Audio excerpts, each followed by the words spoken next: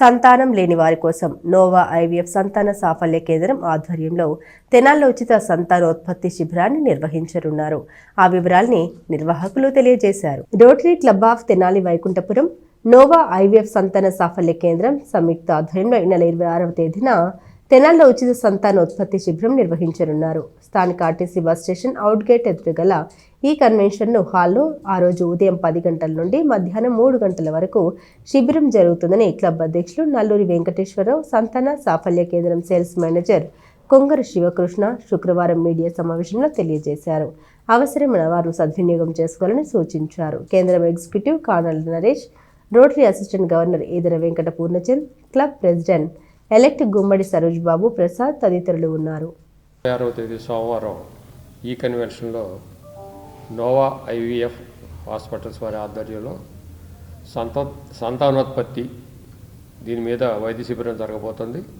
కాబట్టి దీనికి సంబంధించినటువంటి విషయాల్ని ఆ ఐవీఎఫ్ నోవా హాస్పిటల్స్ వారు తెలియజేస్తారు. ఈ శిబిరాన్ని ప్రజలు సద్వినియోగం చేయవలసిందిగా కోరుకుంటున్నాను. రోటరీ క్లబ్ వారి ఆధ్వర్యంలో ఈ కమింగ్ మండే 26న గణతంత్ర దినోత్సవ సందర్భంగా ఎవరికైతే సంతాన సాఫల్యత అంటే పిల్లలు లేకుండా ఎవరైతే దంపతులు ఉన్నారో అలాంటి వాళ్ళకి ట్రీట్మెంట్స్ గురించి మా డాక్టర్ గారు అంతర్జాతీయ ప్రమాణాలతో కలిగినటువంటి చికిత్సలు ఉన్నాయి, మా దగ్గర ఉన్నాయి.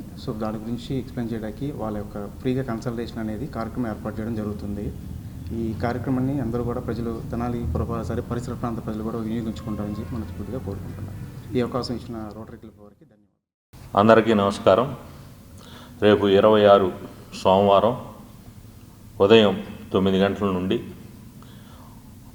Tenali bus standing out gate ఎదురుగా గల ఈ కన్వెన్షన్ హాల్ నందు నోవా హాస్పిటల్స్ ఐవీఎఫ్ హైదరాబాద్ వరిసే సంతానం లేని వారికి, సంతానం లేట్ అయిన వారికి, మొదటి సంతానం కలిగి రెండో సంతానానికి లేట్ అయిన వారికి వైద్య శిబిరం ఏర్పాటు చేయటం జరిగింది.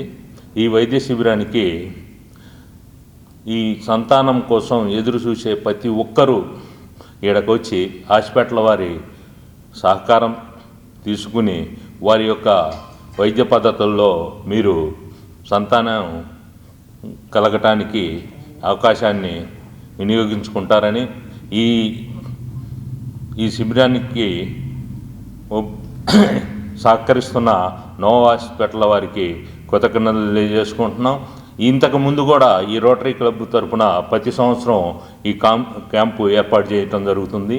ఈ సంవత్సరం కూడా అదే రోజు మాకు ఈ అవకాశం ఇచ్చినందుకు వారికి మరొక్కసారి కృతజ్ఞతలు తెలియజేసుకుంటూ ప్రతి ఒక్కరూ ఈ శిబిరానికి వచ్చి ఈ వైద్య సలహాలు తీసుకుని ఈ సేవల్ని వినియోగించుకుంటారని కోరుకుంటూ సెలవు తీసుకుంటాం.